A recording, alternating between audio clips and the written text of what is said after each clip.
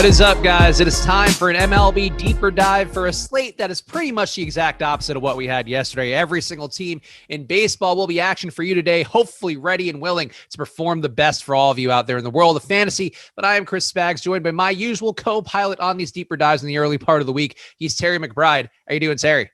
Doing pretty good, bud. It's a big, robust slate. Like you said, total opposite of yesterday's three-game disaster of a slate. That thing was just a mess from start to finish, and playing it was just a mess. I only entered 3 lineups last night. I just wanted no part of what was going on there and didn't catch a single one of the 3. So hopefully bigger and better things today.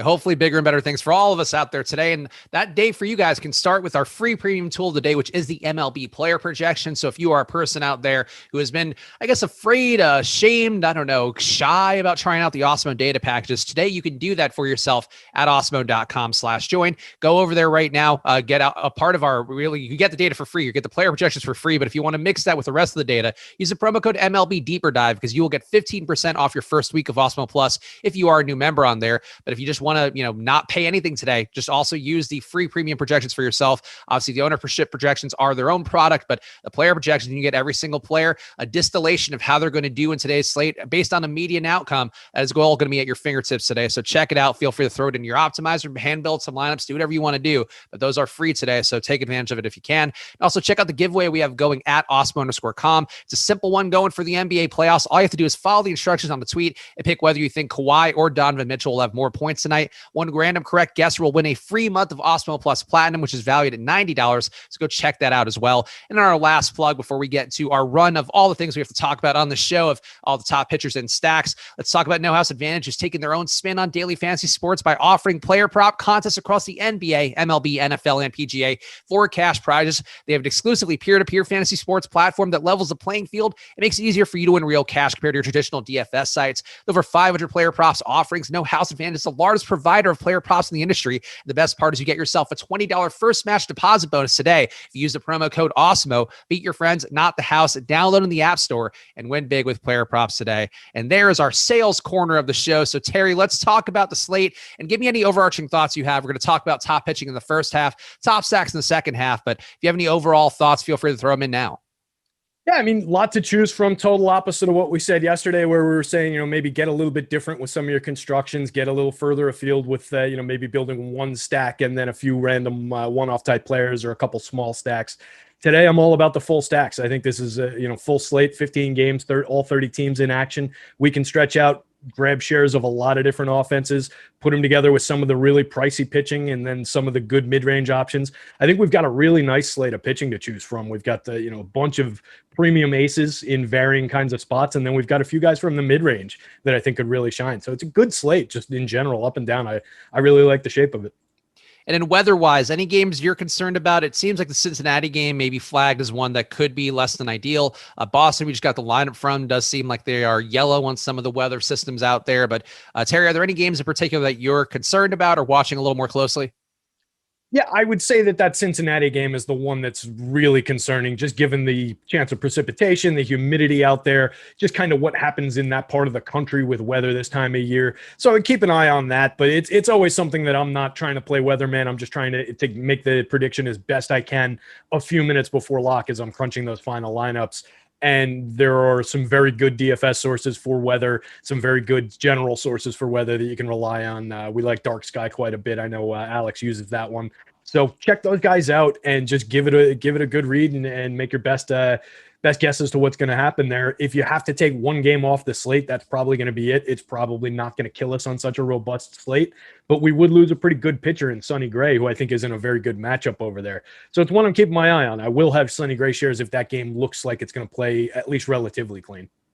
All right, let's talk about some of these top pitchers today because it is a Shane Bieber slate, so we're going to talk about him up top. And guys, if you can't hit that like button, we appreciate that a bunch. And subscribe to the channel as well. We have content going on all day long covering the MLB, NBA, NHL, PGA, every sport that is going right now, NASCAR, MMA, of course. The MMA shows some of the better ones that we have and really in the industry as well. So make sure you're checking all that out here on the Awesemo YouTube channel by subscribing. Hit the notification bell as well to see every time that we go live. But the spot for Shane Bieber does look like one, Terry, that is going to be a bit overowned according to the top pitcher stool for both both DraftKings and FanDuel. And Bieber, though, on the slate looks like one of the best pitchers overall, at least in terms of results this year. A 36% K rate for himself, 2.7 xFIP. He's going against a team in St. Louis that doesn't strike out a ton, only a 23.3% K rate for them on the year against right-hand pitching. They're not getting on base very much against righties, only a 295 on base percentage. Not a crazy amount of power, though. It is a day where there could be a little more humidity going in St. Louis, 85% humidity, 76-degree weather. But in this spot, it does seem, Terry, like Shane Bieber is the best pitcher on the slate, a guy who's deserving of almost a third of the field, or I guess a little bit more than a third of the field being on him on DraftKings, and comparable ownership on FanDuel. FanDuel does look like he's even more overowned, but I guess give me your thoughts on him there. And on a slate this big, are you willing to ride with a pitcher who's so chalky, but also I think has the best stuff by a decent margin? Yeah, I think there's enough room there. He's very, very owned in terms of the percentages for this slate, the probability of success, and the different metrics on our tool. But I don't know that it's to the degree. It's not like he's drawing like 55% ownership, right? So there's a little bit of room where we can play around. 35 and change on DK, 20 and change on FanDuel. There's enough where you can, if you're rostering him around level with the field, you're probably okay. If you're a little bit above, a little bit below, you're probably okay. I don't think it's prohibitive ownership, but it is one that, if I'm making my lineups, I'm probably going to come in a little bit under that just because I do like a lot of the options on the board. I think several of the other aces compare at least somewhat favorably. And then I think there is a significant drop for some guys in terms of what we're paying for them and the general upside. I think they could get in range of a Shane Bieber start for a few thousand less. So I'll have a fair amount of Bieber. And I do think it's a strong spot. The Cards, their main discernible skill in this matchup is they only strike out 23.3% of the time against righties, which is 10th best in baseball. They've hit 55 home runs, which is also above average, but the collective ISO is 153 in the split. And they're 13% below average in creating runs. They basically create runs by hitting home runs. Bieber's got a 2.7% home run rate. It's a strong spot for him. I don't think there's a huge threat coming back against him. And I think he's the kind of pitcher where, the apex pitchers can overcome the teams with the low strikeout rates and still put up a strong spot. So he's my highest projected pitcher on the slate. I think he's our highest ranked guy in the top starters tool on both sites. So there's a lot of compelling reasons to get there. It's just a matter of watching that field ownership, that public popularity, and maybe you make your decision to get a little bit under, a little bit over, depending on how that falls closer to lock. And you can make the case, too, that Bieber's been unlucky this year with a 330 BABIP compared to a 300 BABIP since 2019. But the main thing for me that I do have some degree of comfort, and I think what Terry's talking about here with, trusting the some of the apex pitchers, the higher upside pitchers overall. Bieber throws over 106 pitches per appearance, or about 106 flat. He's also got a great swing strike rate, great chase rate, two of the best marks on the slate, 17.2% swing strike rate, 37% chase rate. And both these numbers are up from where he's been historically as well, but sustainably so. So I think in the spot for me with Bieber, definitely the guy who seems the safest, I would say, out of all of it. Pitching deep enough in the games, not going against a team is very likely to completely destroy him. So I'm with you on this one, but there is a pivot according to the top pitchers tool that looks pretty appealing. That's going to be Carlos Rodon going against Toronto. And it's weird because the matchup for Rodon does seem worse, but he's going to be much lower owned, 11% expected ownership on DraftKings compared to an 18% chance of being a top pitcher today. And that gives him one of the highest leverage scores on the slate for pitching. And Rodon, I know, has had some down days or more down days recently, but 37% K rate on the year, under league average home run rate, 2.8% allowed, does give up a lot of fly balls. And against Toronto, that could certainly be dangerous, but it's a low implied total, Terry. And I feel like the rest of the numbers for Rodon, like I like Bieber a lot, but I do think if I'm getting a little bit less Bieber, or even just trying to get different in some amount of lineups, getting more Rodon seems like the best way to do that while also getting a stud who actually has Bieber style upside. Yeah, he's not projecting that well for me in my personal model. It might be just I haven't completely caught up with his current year performance. I just, in a biased sense, do not fully trust the pitcher yet. He is a very high-end talent who is just finally harnessing his stuff in the league. He's pitched very, very well this year. The contact metrics aren't great. 47th percentile hard hit rate, 36th percentile average exit velo, but he throws the ball hard. He's an average 95 mile an hour fastball. So we can forgive some of the contact metrics. The rest of the stuff, like you said, the expected slugging percentage against, a big indicator about that kind of premium content, 88th percentile. He's doing great with expected slugging, excellent in all the other marks as far as swinging strikes, his strikeout rate. So it's there. He's pitched well. I don't love the spot against this Toronto team. It's I don't know. It's a tough ask for me. If he gets through this matchup, I think I'll maybe trust him a little bit more. I just see a few indicators that get me away from it a little bit. Plus, you get Toronto, who only strikes out 21.3% of the time against lefties. That's good for fifth best in baseball. Creating runs 5% better than average against lefties. 169 team ISO, around the league average. 20 home runs around the league average. It's just a very productive, good offense that he's going up against. And yeah, it's again, you could probably see it. I'm just having trouble getting there with Rodon. I think that, based on Alex's metrics, based on what we've seen so far this year, it's certainly there for him. 54 and 2/3 innings, 37.2% strikeout rate, 2.767 xFIP, 0.82 WHIP, 16.6% swinging strikes. There is nothing wrong with any of these numbers. It's just me struggling to get there on him, and particularly when my model's not pushing me in that direction, I have a little bit of hesitancy. But based on Alex's numbers, based on the way that I do things, I will get to some Rodon, thankfully, because I use Alex's input as well.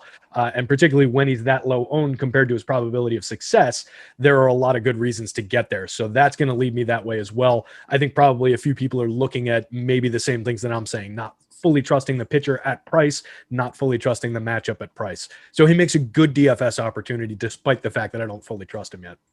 And he is playing at a park that's going to help out the power bats of Toronto a little bit. No, probably not as much as some of their home parks have been, whether it be the one in Buffalo or in Florida. But I think I have a little more faith in Rodon. And I think, too, the velocity being up quite a bit, certainly it all ties together with how he's pitching better. And I think that's one thing that makes me feel like it's a little bit more sustainable. The fact that he's going from a 93.6 mile per hour fastball to 95.3 this year.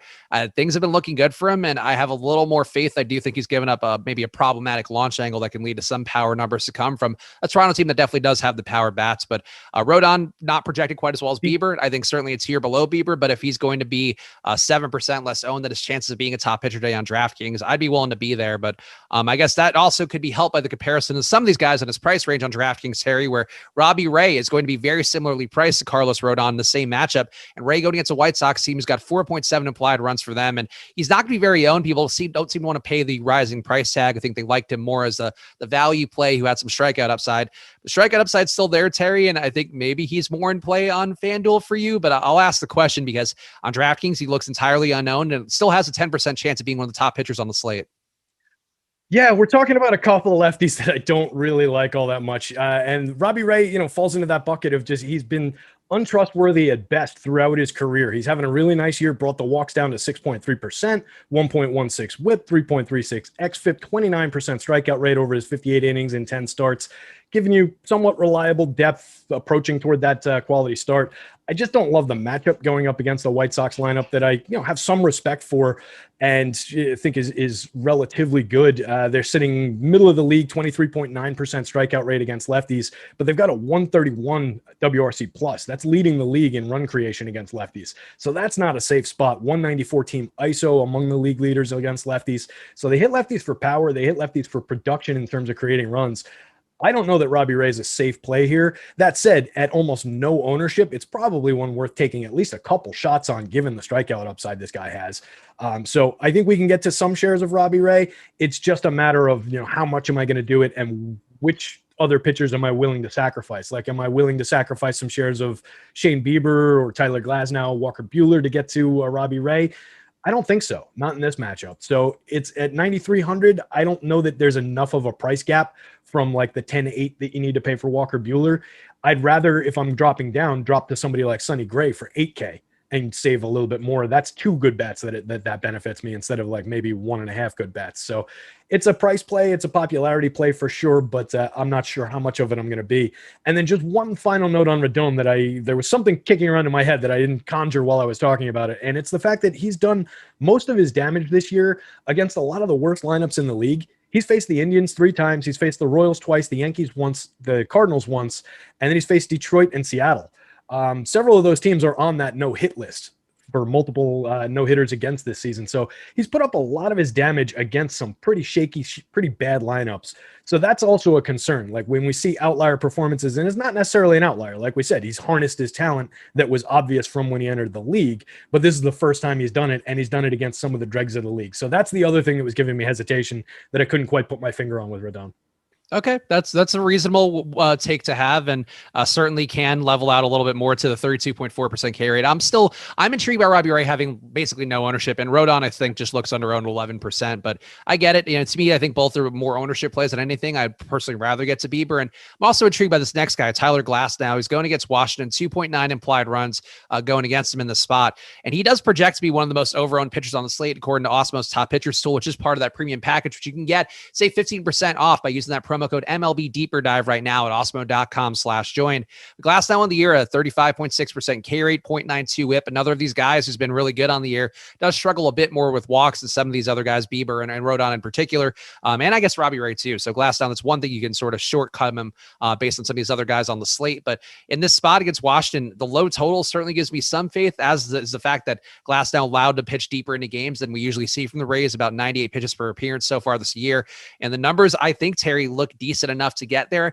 It does seem like he's overowned though by about 10% according to the top pitchers tool. So I guess that gives me some pause, but not a great matchup against Washington, but they haven't been hitting righties that well. And you're only a 136 ISO, 306 on base percentage, not great strikeout numbers, but I'd be willing to take stabs at Glass now, even if it does feel like the field's going to be there a little bit heavier than they should be. Yeah, I think that's one of the pitchers that's on the board in that kind of a shape, right? He's got a really strong chance at being one of the best starters on the day.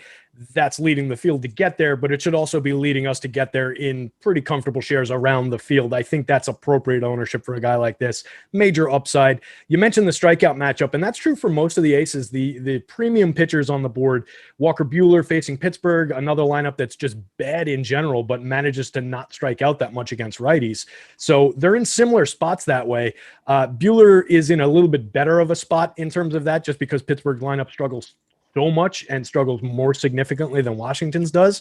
But Washington, not that great either. 137 team ISO, creating runs 12% worse than average in the split, only 38 home runs against righties. The one thing they do well in that split is a 22.2% strikeout rate, which is fifth best in baseball. The Pittsburgh team, 21.9% against righties, third best in baseball, but offensively, the rest of those metrics are worse. So those two pitchers are in very similar spots. Pretty similar pricing range as well on FanDuel. 10.8 for Buehler, 11K for Glasnow. I've got them projected like right next to one another, and I'd be willing to mix and match shares of the two of them because they're not pushing up to that ownership like what we saw for Bieber, where he was going in the 20s.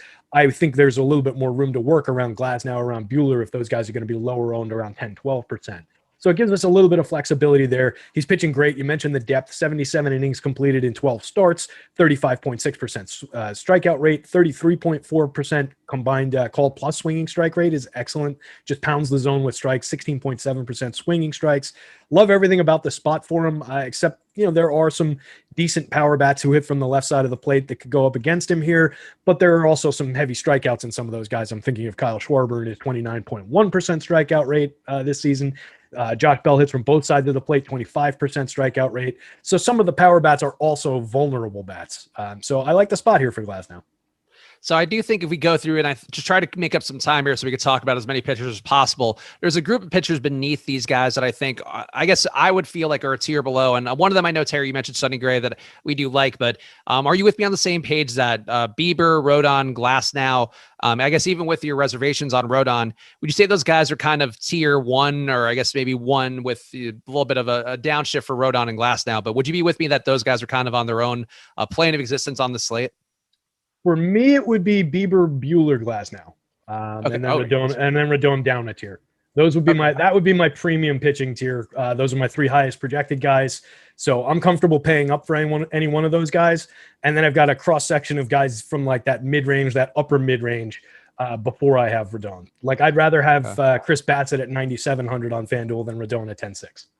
Okay, interesting. So yeah, I would say for me, Rodon, I feel more strongly about than Buehler by a pretty good margin. Buehler's one of those guys I'd never want to pay the stud pricing for. And granted, he's now under 10K on DraftKings, which I think is a little more logical for where he's been. But high pitch count guy going against Pittsburgh. Pittsburgh's not likely to get much done, even if he doesn't do a lot in the way of strikeouts. But that strikeout rate falling for Buehler, I would say, puts him a little bit lower. But I guess my point would be that we have the guys that I think are really high upside ones. Mm-hmm. Out of that next tier, Aaron Nola, Pablo Lopez, Robbie Ray, I would throw in there as well. Bassett too. I think the most appealing guy is Sonny Gray. And we talked about the weather in that spot, but Sonny Gray's combination of price tag plus the matchup. I mean, he's facing a Milwaukee team who I think does pose some risk because they draw walks really well. And that's really been where Sonny Gray is failing this year, 10% walk rate for himself. But there's so many strikeouts where Adrian Hauser alone could really add a lot of strikeouts if he's in this game for any sort of length. But the team overall striking out a 26% clip on the year. Not a lot of power. Certainly a lineup that's getting better with guys like Yelich being back in the mix and all that. But I do think in particular for Sonny Gray, if this game is going, I think he's one of the best pitching plays on the slate relative to price. So tell me how you feel about him. And I guess, is there anybody else, who's a little bit cheaper or in the second tier of pitching that you really want to give your stamp of approval for? Yeah, Gray's my highest projected guy from that group. I've got a group, like I mentioned a couple times with Gray, with Bassett in there. I would lump Pablo Lopez into that spot as well. They moved him back from a start yesterday against Boston in that makeup game so that he could face Colorado at home today. That's a plus change for him, so he's projecting pretty well. 9,600, not the greatest price in the world on FanDuel. I'd rather get him at 8,700 on DK. I think he's got some value there. That Colorado lineup is just god-awful. Yeah, talking about Sonny Gray, I wrote him up a little bit this afternoon in my article. I do think he's a premium value play on the board, 29.4% strikeout rate, 3.34 xFIP.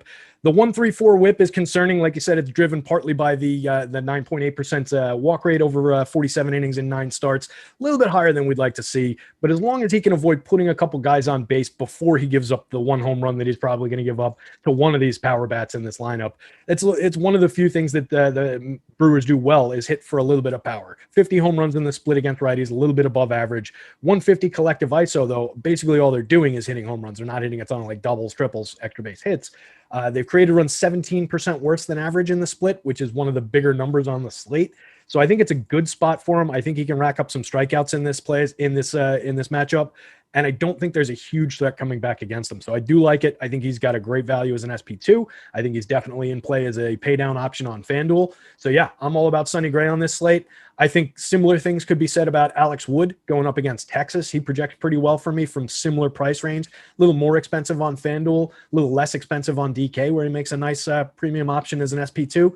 And then I'm going to say it again. I didn't want to say it the last time it came up, but Matthew Boyd is somehow projecting well for me. I hate it. He's 7,400 on the FanDuel slate. He's 6,500 on the DK slate. He ranks only in like the middle of the board for Alex.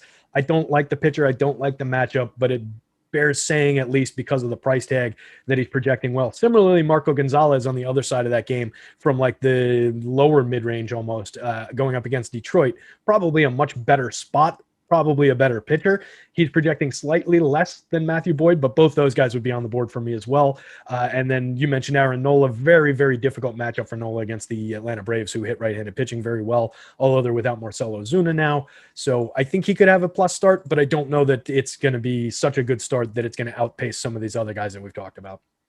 So, Boyd, I'm with you on some. I just to kind of go through with the guys you talked about and speed ran through. Pablo Lopez, I think, gets more appealing to me if Sonny Gray is off the slate because of the weather in that spot. I think Sonny Gray, the strikeout upside being there a little bit more, probably a safer matchup for Pablo Lopez. If you're one of those people, I know yesterday I got one angry tweet, Terry, which I think is funny given the slate yesterday. But one guy was like, "Oh, you're so bad at picking pitching on this slate, you hack!" And it was like some guy who's never tweeted before, but I guess spends his day tweeting at fantasy sports personalities and their incorrect thoughts.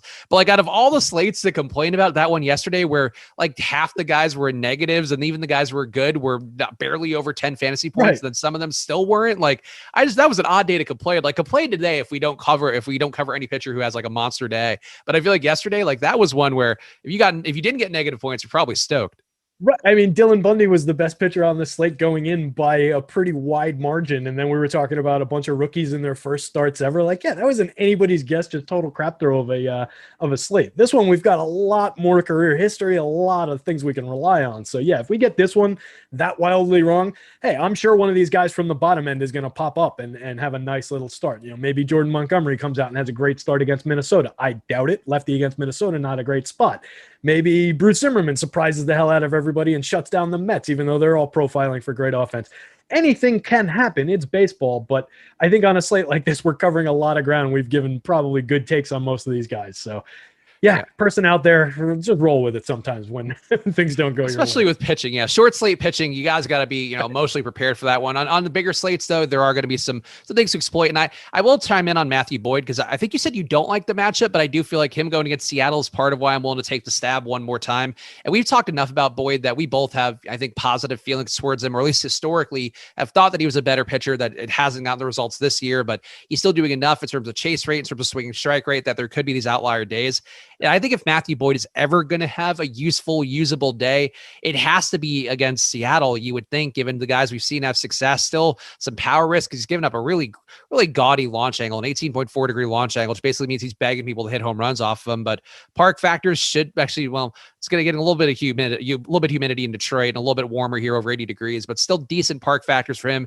And just going to get Seattle. That's the park factor that matters. Seattle being in your park is the main park factor. I feel like for Matthew Boyd, if ever there were a day to be with the field on a 17% owned Matthew Boyd on DK, today has to be the day. But are there any other dumpster dive type pitchers? I feel like Boyd's the one you can make the best case for. And obviously yesterday we had to do dumpster diving for some of those rookies just because you got to fill out all the lineups you're putting in. But anybody else cheap that you would be willing to go to here? I feel like John Lester is in a spot that it wouldn't shock me to see him get results just because Tampa Bay strikes out so much against lefties. But that's the other one I would throw in. I have no faith in John Lester as a pitcher. I would rather go to Matthew Boyd. But is there anybody else like a John Lester, Terry, that you can kind of hold your nose and play on the slate? Not sure it would be Lester. I think Lester's kind of a ghost of himself, but I agree with everything about the spot. We've seen some weak lefties succeed for strikeouts against that Tampa Bay team. So yeah, he could definitely do it. He's going to have to, have a little bit of a flashback performance, but it's there for him for sure. Looking at the board, Andrew Heaney, a lefty going up against KC, not the greatest spot in the world, not the most premium discount on FanDuel, but 7,100 for Heaney on DK, I think maybe puts him in play. I do, by the way, totally agree about the spot against Seattle for Matthew Boyd. I actually like the pitcher less than I like the spot. I've had my issues with Matt Boyd over time, but yeah, that would be the main, I think, value play, total like down and dirty type value play on the board for me. I mentioned Marco Gonzalez, similarly priced on FanDuel. And then I think the wild card on the slate for 6,500 on FanDuel, 7,300 on DK has to be Dinelson Lamet, right? Going up against the Chicago Cubs. If we can get 5 innings out of Lamet, he could put up a monster number for those prices. It's just he's only gone like 4 innings in any maximum in any start. He's so wildly unpredictable in terms of how long he's going to be out there, even under the short hook. Like they might say he's going to go 4 innings and yank him after 1, yank him after 2. He might get hurt. There's so many variables with him. But when he's on, he's one of the best strikeout pitchers in the league. So he's not projecting well for me because I've got a low innings clip on him. But if he gives us 5, I wouldn't be wildly shocked if he had a relevant start at that price. Have you seen anything about Lamet's pitch count? Because our guy Larry was asking in the chat, and I think he said it was mid-70s last game. So normally to me, that means you're just expecting to see progressive load increase. So I would guess he's probably 80 to 85, but there could be something out there. I just don't know if you see anything about his pitch count that maybe gives people a little more faith in going there today. Nothing formal. I haven't seen them put a number on it. I was just Googling as you were asking it, and I didn't see anything pop up in the first couple news results. So I don't think they've put an exact number on it. But just jumping to his game log here, like I said, he's maxed out at 4 innings, which was in his last start. He faced 17 hitters. He struck out 6, gave up 1 earned run, 4 hits. Every other start, he was 2 innings, ramping up to 3 innings over 2 starts before that, 4 innings the last start. Maybe he gets 4 again here. Maybe they ramp him up to 5 if he's rolling. It's dicey at best, but you're not paying much for him. And again, he's one of the premium strikeout artists in the league. That last start, for anybody who cares about small sample size stuff, those 6 strikeouts in 4 innings did come against these same Cubs. I'm going to throw one more particularly gross pitcher, but I think if you know the price point on DK, I think maybe somebody out there will get it, but under no ownership at all, and usually for good reason. But Antonio Senzatella, I think, is vaguely usable today because of the price tag. And if you are going to pay up for bats, I think that's one way to do it, is to take whatever stud pitcher and then go to Senzatella under 6K, 5,900 is the price tag. He's not good, to be clear. He's always been a guy who doesn't get strikeouts, but his main ability is just to survive in adverse situations. But obviously, pitching at Coors is going to be the case for most of those guys. But he's in Miami today, and I think going against Miami, a team that also gets no lift on the ball, like Senzatella gives up nothing. He just ground ball, not a lot of power to him. I just think he's one of those dudes that he's pitching deep enough into games, going over 5 innings per appearance. If he could somehow get a win, I don't know if the likelihood of that. I think he's a usable play, Terry. So that's my real dumpster dive play of the slate. If you want to throw Jordan Lyles into the mix, feel free to do it. Trying to get me to trump the quality. See if you can one up me with the worst pitcher. Yeah. I will throw perhaps not quite that far down, but if you want to go dumpster diving a little bit on FanDuel, 6,500 for David Peterson going up against the Baltimore Orioles. Kind of in play, a little bit frisky, maybe only went a third of an inning his last appearance, it looks like. Gave up 5 runs to the Diamondbacks, but before that has had some decent spots where he's pitched well. A couple games where he was 8, 9, 10 strikeouts in here. Is, a young kid still figuring out how to pitch, but the Orioles aren't the greatest lineup in the league. So I think that could maybe be a sneaky spot for a little bit of value. Not my favorite, not one that really jumped out at me on the board, but if you're looking to dumpster dive, that's a guy who's up there. I do think on bigger slates, I'm a little more willing to expand my pitcher pool for the SP2s. And maybe something that might be something just native to me, but I don't mind taking stabs on guys just, who are just cheap and who make the rest of the lineup work, where you can afford all the bats, or especially contrarian bats that are a little bit more expensive. So that, your style may vary out there for the people playing, but that's why, to be clear, like Senzatella, not a good pitcher. These guys who are going to be that cheap for the most part, not a good pitcher, but I think taking on some risk on a big slate like this, something I don't mind doing. And I don't know if you have any thoughts on that, Terry, because I feel like you actually might feel the other way. I know you do tend to gravitate towards the higher upside arms, but like guys like Boyd on the slate, and to a lesser extent, Senzatella, like the price is so cheap that I feel like they can open up everything and still get you like one of those top pitchers that could prop up, even if they do have a very mediocre day. So if I'm hearing you correctly on DraftKings, the play is John Lester and Antonio Senzatella for 12,800 total. Then you can afford all the bats, quite and literally. Bats you want. Do not do that, to be clear, people out there. I'm actually very willing to roster some of the mid-range pitchers on a lot of slates. It's something that I do quite a bit, particularly when there's exorbitant ownership on one of these premium aces. I do like when we only get one pitcher on FanDuel to go to pretty broad shares of the premium starters, but I'll always be over the field on some of the guys who mix in, like my guy Chris Bassett is going to be under-owned on FanDuel today. I'm going to be well over the field on Chris Bassett in that matchup. I like the spot. I like the pitcher. I think he's underappreciated. So guys like that, guys like Sonny Gray, if that start goes off, if that's going to play clean, I'll be over the field probably on Sonny Gray. I don't have the ownership number in front of me, so don't quote me on that necessarily, but I'll be aggressive on my Sonny Gray shares from the mid-range. So I also like doing that. I like to spread out pitching, and it helps you get to different stacks, different combinations, which is what we're after. And if you're going to be rostering the heavily owned stacks, the teams that we're going to get into in a minute, then you're going to need to do different things with your pitching. You're going to, both from a perspective of paying for it with salary and paying for it with ownership. So it's important to focus on that mid-range.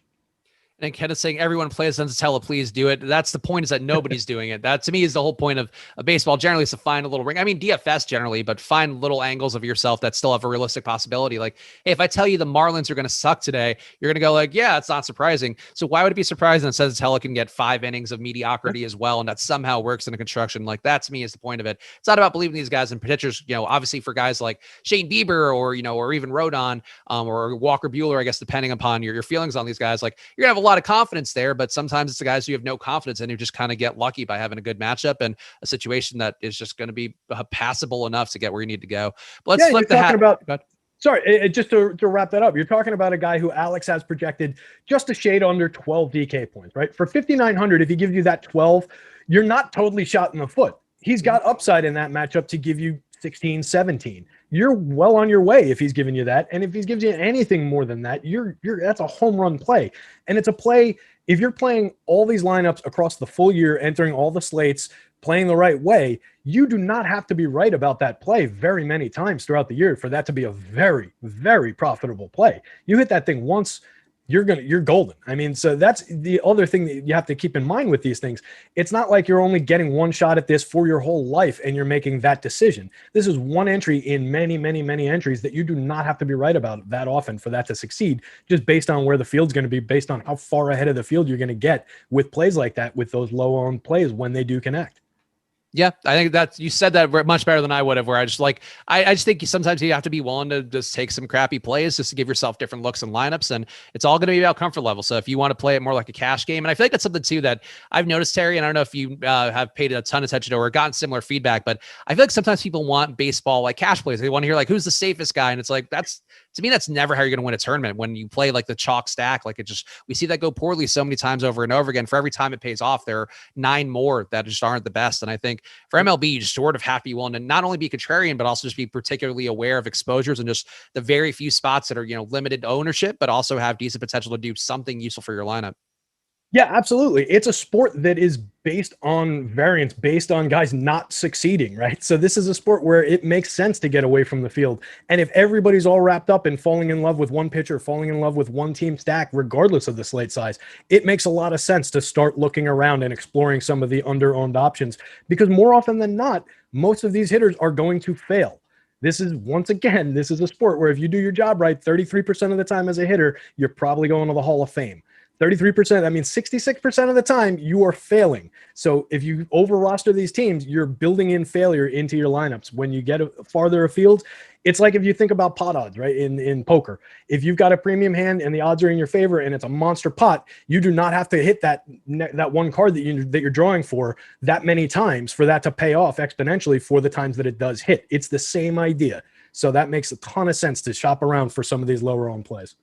Yeah. And just in general, just trying to always talk about the stuff as we go through, because clearly not some of these plays aren't going to be priority plays, which is why we talk about them for like 2 minutes at the back half of things. But it is important for some of the newer players out there to understand that there is a degree of risk that you're taking on as part of your profile. And obviously you're taking on the higher probability plays more often than not. That's sort of the point. But I find it frustrating. People in chat are just like, that's a stupid play like this, or like in the NBA, it's been like, this guy's washed, that guy's washed. Everybody's been washed at some point this year. And it's like, no, just like play the guys in different spots. Like Blake Griffin is going to work in some spots. Like these guys are going to work in baseball, who are this crappy pitcher, Bruce Zimmerman. Like we saw with the Twins stack a couple of weeks ago, where like every Orioles pitcher had lights out days, and you're not probably playing Bruce Zimmerman or Jorge Lopez a lot, but like it worked out because that's just sort of how the sport goes. So I just would never poo-poo any plays. And same thing for you guys in chat. If you have a crappy play or a mediocre play, I will never just go like, hey, that's a dumb play, because any of them could work at any given time. I might. I'm not as nice as you. There you go. I try to be accepted. There's no bad ideas here. Only bad people. Top 5 owned plays here. We're gonna do our little spin on money time. So I've already flipped the hat and then Terry talked and I kept the hat flipped because I'm a creature of not paying attention. But we got the top 5 owned plays on DraftKings and FanDuel for you guys. And of course, the player projections are free today. The ownership projections you do have to pay for. If you want to get 15% off your first week of Awesemo Plus, go to awesemo.com/join now. Use that promo code MLB Deeper Dive. That code runs throughout the show, and I believe just turns off then. So use it when you're on the shows. There'll be different ones for each of the shows. But if you want to get MLB data, go check that out right now. MLB Deeper Dive is a promo code at awesemo.com/join. Top 5 owned plays on DraftKings. Number 1 projected to be Shane Bieber at 34%. Number 2, Tyler Glasnow at 28%. Number 3, Carlos Rodon at 24%. Number 4, Sonny Gray at 20%. And number 5, Giancarlo Stanton at 17%. Terry, does this surprise you at all? 4 pitchers up top? That seems not the norm for a 15-game slate, but I see the logic to it, but it is interesting. Yeah, it is a little bit interesting. I think that's maybe a product of, we don't have like a total smash spot of a stack where everybody's really getting into. I think people have lost some faith in those Yankees. So even though they're profiling well, even though a guy like Stanton is still pulling 17% ownership, maybe this is a day where, under normal circumstances, we would see a little bit more weight going into one of the favorite stacks. But I think with so many premium pitchers available, it kind of makes some sense that those guys are pushing up toward the top of overall ownership. And then the ownership is getting distributed a little bit more than normal between some of these stacks, because they're all in kind of an average range of probability of success. There's not really monster home run spots. There's not really terrible pitchers going in that many spots. Yeah, it's interesting, and it's worth pointing out too, if you get the ownership projections yourself, you'll see the next 2 players on the top 7 of the top owned players for DraftKings are also pitchers. So very pitching heavy slate, and people spreading the bats around, and honestly probably the way you should be playing it given the volatility of the bats. On the FanDuel side, top 5 projected owned plays: Alex Bregman, number 1 at 25%. Number 2, Francisco Lindor at 23%. Number 3, Bryce Harper at 22%. Number 4, Jonathan Villar at 22%. And number 5, Shane Bieber at 20%. And Terry, it's kind of the exact opposite on FanDuel, where it is all position players here. A lot of them, the guys, Bregman, Lindor, cheap price tags. Lindor probably more justifiably cheap. Bregman less so, but it's a little surprising, Terry. But any thoughts on how the FanDuel ownership looks for you, where it's just Bieber and a bunch of position guys? Yeah, I mean, it's FanDuel pricing. I think that's driving a lot of that. There are a few teams that are super cheap, so people are going to naturally flock there, particularly the Mets, super cheap and in a good spot going up against Zimmerman there. So it makes sense that we're getting significant ownership on the Mets. It makes sense that that Bieber's the 5th highest owned player on the slate, and then we don't get another pitcher for quite a ways. all the way down to Glasnow from what I'm seeing here. I think after him, Glasnow at 14% to throw away another one. So 6% percentage points difference between Bieber and Glasnow with a bunch of hitters in the middle of them. A bunch of premium name hitters as well, except for Kevin Pillar, who stands out as not being a premium name hitter, but somebody on that Mets roster. And that kind of leads into what I was going to say about Jonathan Villar being one of the top 5 owned players, over 20% ownership individually for Jonathan Villar. I know he's been a little bit hot lately. I know it's a good matchup. I know it's a stack we want to get to, but man, that is weighty for Jonathan Villar. I don't love it. I don't trust it. Certainly wouldn't use him as a one-off. I wouldn't leave him out of Met stacks, but if I can build good Met stacks that leave him on the table, get to, maybe a James McCann, Pete Alonso, Dom Smith kind of a 3-man, pick up some ownership there. I'm uncomfortable rostering that much of Jonathan Villar at that much weight. So let's talk about the Mets, because you are already talking about them on FanDuel. They project to be one of the top 3 highest potential stacks to be the top stack today, though. As you might guess from a 15-game slate, all the teams active, it is going to be mostly flat today or closer to flat. And I think Terry also raised a good point where there really aren't a ton of obvious spots to go to. No cores on the slate, nothing like that. So it's going to be pretty justifiably spread out. But the Mets are going to be pretty decently owned, and they actually look like the most over-leveraged team according to FanDuel's ownership here. And it also seems like on DraftKings a little bit over-owned, but a lot of that going to Francisco Lindor, who's at a decent price tag on DraftKings as well. But Terry, how are you handling the Mets? Because it's a spot against Zimmerman. I know I just mentioned that Zimmerman had surprising results against Minnesota, but has been a guy who, out of all the Baltimore pitchers, like people target Jorge Lopez and some of those other guys, but they're actually like not god awful. Like they do generally keep the ball down for the most part. Zimmerman, though, not that guy. He's given up a generous launch angle, 11% barrel ball rate, giving up a 300 batting average. So this spot for the Mets on DraftKings, I think you can get there a lot more easily, where you play less Lindor, play more of the other guys. But on FanDuel, it's a different situation. So how are you handling them on there? Yeah, it's a good spot. Like you said, Zimmerman also doesn't strike anybody out, just a 19.7% strikeout rate this year, a 1.53 whip, just putting way too many guys on base. The Mets are profiling pretty well in my home run index. I think they were 3rd overall in the power index. Pete Alonso leading my home run model with a monster number, so I expect big things from Pete. But he's going to be heavily owned, as are the primary bats in this lineup. And then you start talking about guys like Thomas Nido potentially hitting 5th in the projected lineup. Dom Smith I like, but his lefty numbers aren't quite as strong, and he's not drawing that much ownership though. So I think there's upside there with multi-position eligibility and not a very high price. So it'd be about rostering the quality under-owned bats. Like Pete Alonso for 5,800 on DK, you're paying a lot for him, but getting him under 10% ownership is fine here. I think that's a nice play. 3,500 is a major discount for his quality on FanDuel, and he's drawing a ton of ownership over there. So it's more difficult to put them together on FanDuel, where they're also going significantly over leveraged in terms of their probability of success. So it's much more a DK play, I think, where we can maybe weave in and out of this. If you string together 5 of these hitters, you're going to naturally just bring down your ownership number anyway by virtue of rostering 5 of them. If you're going to roster 3 of them, just don't make it the 3 most highly owned guys, and I think you're going to be okay.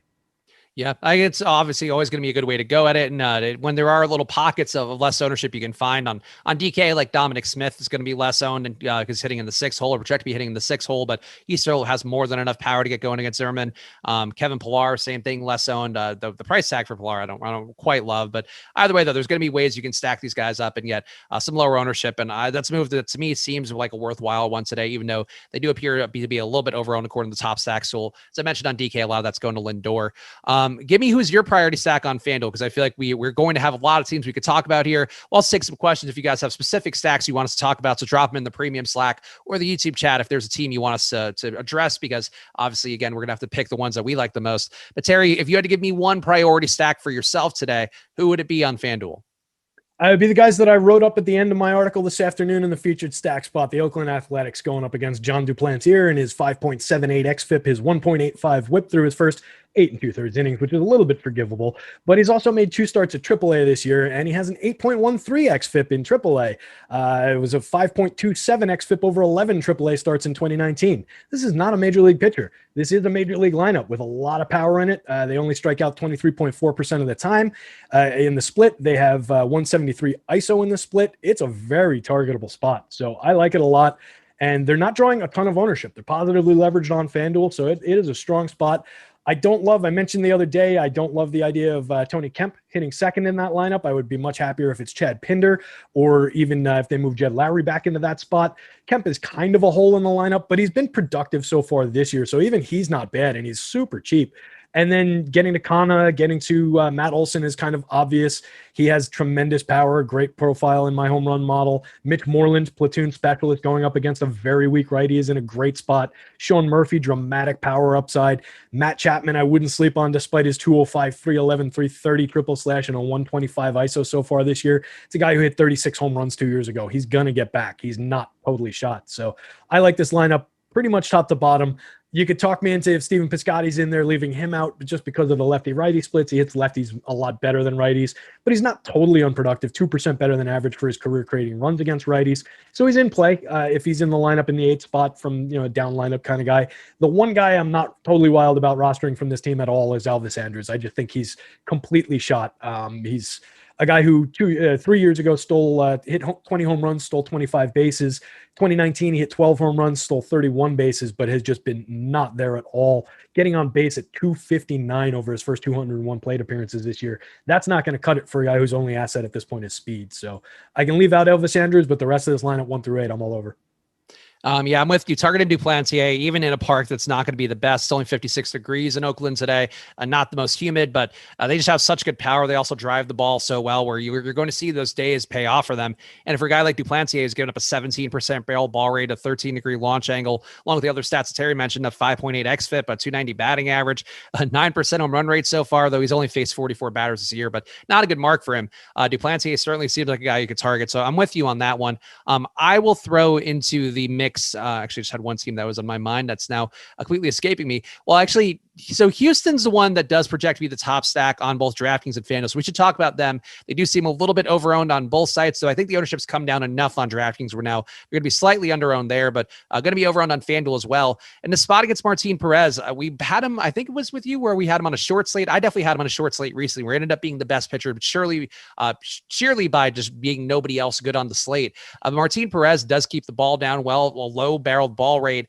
I like Houston on paper. I do like the weather as well in the spot where it is going to be hotter and humid in Boston today. The park certainly does play better in the summer. But Perez, I feel like a good enough pitcher that I like Houston. If they're going to be underowned, I think you have to be there on DraftKings. But for me, if they're going to be overowned on FanDuel, I think there's a pretty viable excuse to not go there, just given that Perez is not good, but he's really not bad. A 1.6% on run rate this year is very low for a guy like Perez. Yeah, absolutely. That's surprisingly low for him. He's a guy that at one point in his career a couple of years ago, I was targeting for power. And I think that's kind of changed for him. He's pitching pretty well overall for the season. The one thing I will say is that against lefties, this Astros team really shines in terms of the strikeout rate. 16.6% strikeout rate against left-handed pitching for the active roster this year. That's best in baseball by nearly 4 full percentage points. That's ridiculous. They also create runs really, really well against lefties. They have a 125 WRC plus as a unit. That's second best in baseball. They've hit 30 home runs against lefties. That's best in baseball. What they don't have is a league-leading ISO, so they're not hitting for a ton of extra base hits, but they are hitting for the power in terms of the home runs, which, it's a rock and a hard place kind of a situation. They hit a decent amount of home runs against lefties. He's been great at preventing home runs. Which side do I really believe in more? I think I believe in the bats a little bit more than I believe in Martine Perez. Maybe it's a mistake on my part, but I think I'm willing to put some faith in what I've seen from Houston over the years. My big issue is the ownership on the top, the bats at the top end that are some of the guys that I really like to get to. That said, there are bats throughout this lineup that are very productive. Guy like Yuli Gurriel having a great start to his season. It doesn't pull much ownership from the middle of the lineup. And then you get into Michael Brantley, who's been a professional hitter throughout his career, power and speed kind of a guy. Yeah, he's on the maybe heading toward the back end, maybe on his way down the mountain on the back end, but he's still certainly very productive and sitting at 305, 346, 455 for this season.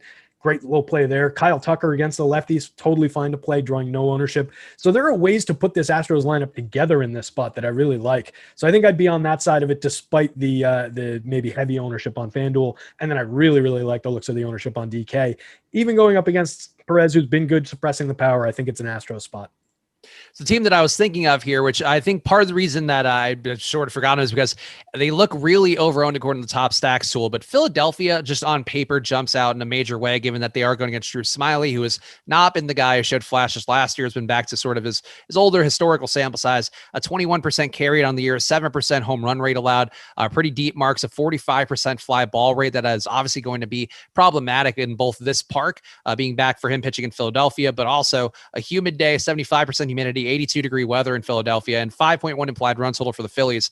I like the Phillies stack a lot, Terry, and I think you can get the ownership down a little bit if you just add in Herrera and maybe crop off one of the guys here, whether it be one of Segura, Harper, Hoskins, or Real Muto. But overall, this team just rakes against lefties on paper. They haven't gotten the results either as a team on the year, so I was kind of hoping the ownership would be lower because they do only have a 161 ISO and have a pretty high 29% K rate on the year against lefties. But this team, to me, just based on the longer term sample size, like Rhys Hoskins is a substantially better hitter against lefties over the course of time. Harper hits lefties as well as he hits righties for the most part. McCutchen hits lefties better. Real Muto has a little more power against lefties. This team, to me, I mean, they are owned like they should be, but I just feel like this is a team that I would have to be with the field with, and maybe even a little bit above for some of these guys where you do have Herrera low owned, McCutchen low owned, Bohm low owned.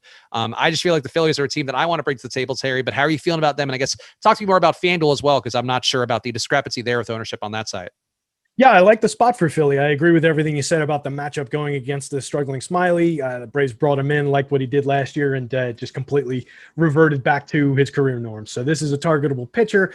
I think we can probably, if you want to roster Odubel Herrera, hypothetical person out there, that's fine. You can make that decision. I don't love the player, but if he's leading off, I think he's got some value at price and at ownership. So while I don't love it, he'll probably be involved in some Philly stacks. But primarily for me, it's about like 2 through 7. Starting with Gene Segura, going through Harper, Hoskins, Real Muto, Andrew McCutchen, and Alec Bohm. I think there's a lot of value in McCutchen and Bohm toward the end of this lineup.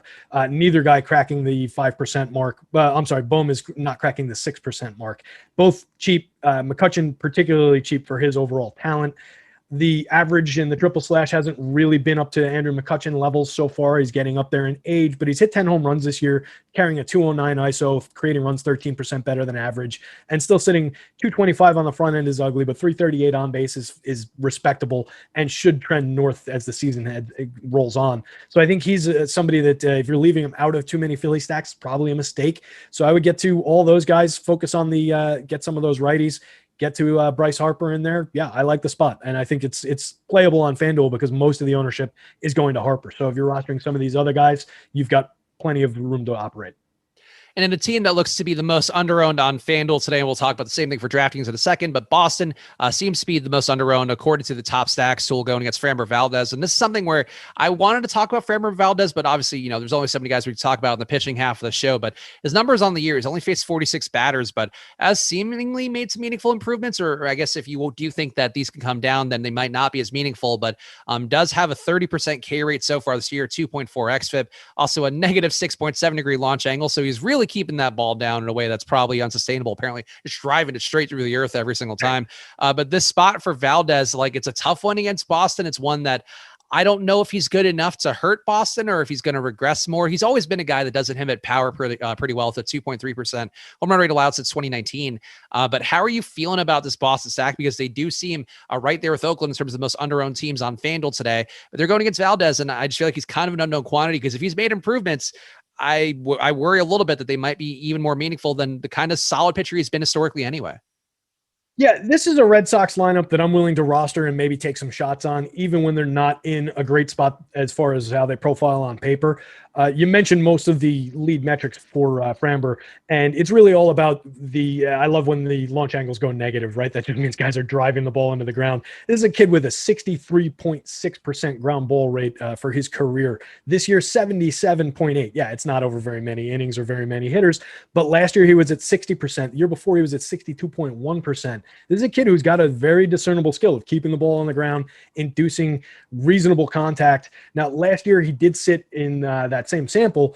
All these balls were hit on the ground, but it was 4th percentile hard hit rate, 5th percentile max exit velo, 5th percentile average exit velo. So guys do hit the ball hard when they go up against him, but they just hit it on the ground. These Red Sox hitters are experts at elevating the ball. This is a launch angle focused squad. So some of these home run hitters do have some upside, and then they've just got the ability to create runs. The top 5 hitters in the confirmed lineup today have an average WRC plus of 134. That's 34% better than average creating runs across all situations. So if nobody's going to be there when they're priced down a little bit, the ownership is down, I'm happy to get to some Red Sox stacks when they're underowned. I think it could be a sneaky spot.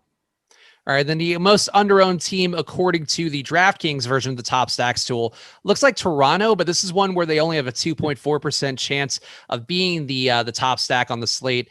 And I don't, honestly, like I don't feel I know I am more Team Rodon than you were, Terry. But are you buying in on Toronto, or would you be buying in on DraftKings today, given the fact that they have like no ownership on them? And I guess if you think Rodon might not be as good as the numbers are, then this could be a spot to target him. It's probably going to be a stay away for me overall. They might pull into some of my builds when I run it through Fantasy Cruncher, just because I do get decent hitter projections on at least the top 4, and then you could throw Grichuk into the mix there. But the back end's going to drag them down a little bit in terms of how much I'll get to that part of the lineup. And then I think the ownership game will probably, well, no, the ownership's actually pretty favorable here. So yeah, it might end up in more of my sorting tool than I'm currently thinking. But if I'm making that decision just manually and sorting through it, it's probably a spot where, as much as I don't necessarily want to go to Rodon as a pitcher, I might respect him enough and his season so far this year enough that I don't necessarily want to over roster Blue Jays bats either. I do like the lineup.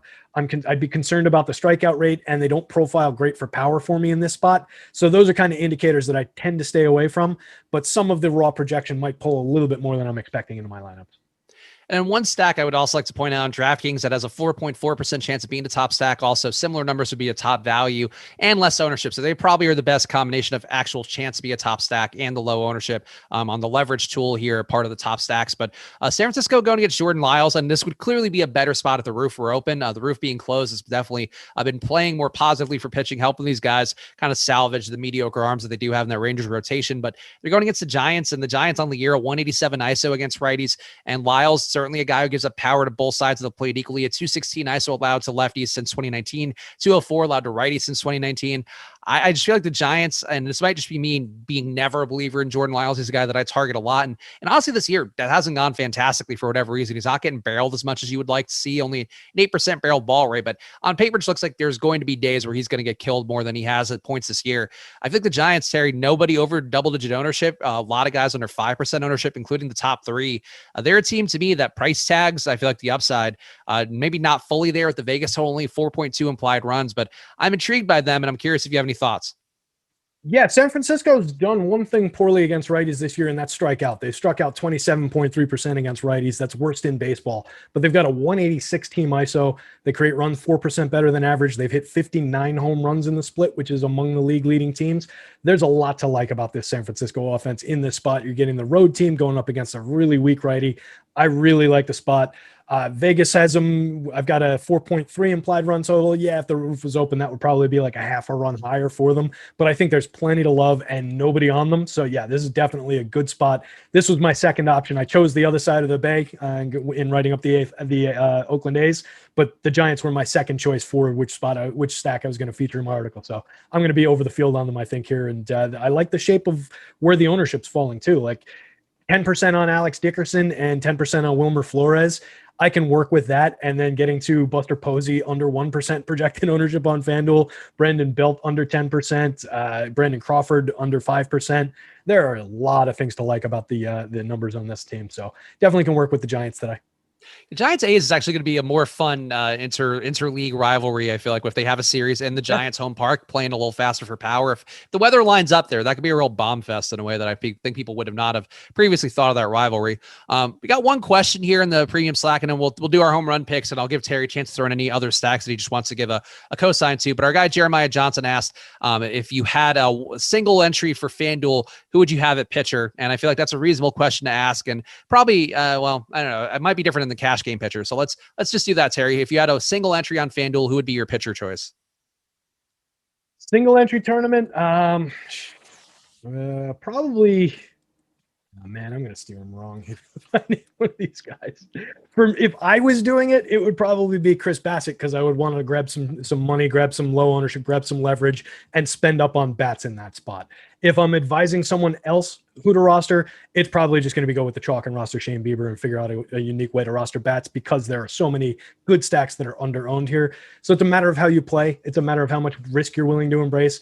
For me, I think it would be Chris Bassett, or maybe Sonny Gray, of course, if that game goes as well. I do get Gray projected out better than Bassett, so that's the weather concern there. Either one of those two for me, but if I'm advising somebody, probably just Shane Bieber. Yeah, so Bieber was my pick. I just feel like for a single entry, I just know you're going to get something out of that. But definitely some ways you can go there. I think that's a pretty good look by Terry. Give me your home run pick to close this out. And if you guys can, hit the like button. Obviously, we didn't pander much for likes today because we had to get through a ton of stuff for the slate. So help us out. Hit the like button before you go, and of course, subscribe to the channel. But Terry, who would be your home run pick on the slate where you have quite literally every single option in front of you? Mr. Matthew Olson from my Oakland Athletics, who I wrote up this afternoon. Really like the spot for Oakland, like we talked about. Love the spot. He was the second highest guy on my home run model. Pete Alonso was number one, but I went with Olson because I wrote up the stack. Well, funny you should mention that, Terry, because I'm going to pick Pete Alonso for mine. I see how it is. All right. I do like the spot against Jordan Lyles, but the park factors won't be playing quite as well there, whereas a humid day in Baltimore, those are prime hitting conditions, and Pete Alonso, the guy who's always guaranteed to drive the ball and get some lift on it. So going against Bruce Zimmerman, if he doesn't hit a home run, I'll be deeply disappointed, but he's only 5,800, or he is 5,800 on DK, so you're probably not getting there otherwise. Terry, give the people the plugs here, whatever. I know what your plug is going to be, but give the people all the plugs you need to hit on. What are you doing here on the Awesemo channel today? Yeah, you might see me again in just a couple hours. I think I'm going to be on the basketball show with some dude who, is going to carry me the whole way and do all the talking because I'm not up to speed yet. But I'm going to spend the next couple hours getting up to speed on the basketball slate so that we can bring you some good info on that show. Got my baseball article up for anybody looking for more baseball info from me as well. It's up on the site. You go follow at DigitalB21, follow at Chris Spags, follow at Awesemo_comment. Make sure to check out the giveaway that is on the pinned tweet on there. And as Terry to Cincinnati, I'll be back with this same man, Terry McBride, in just a few hours doing the NBA Live Before Lock show. We will have the tip off and we'll have the deeper dive in between as well. So go check those out. Appreciate you guys for being here. Pay attention to all the lineups and the weather, especially in that game with Milwaukee and Cincinnati. We'll see you guys again soon. Enjoy your days. Good luck.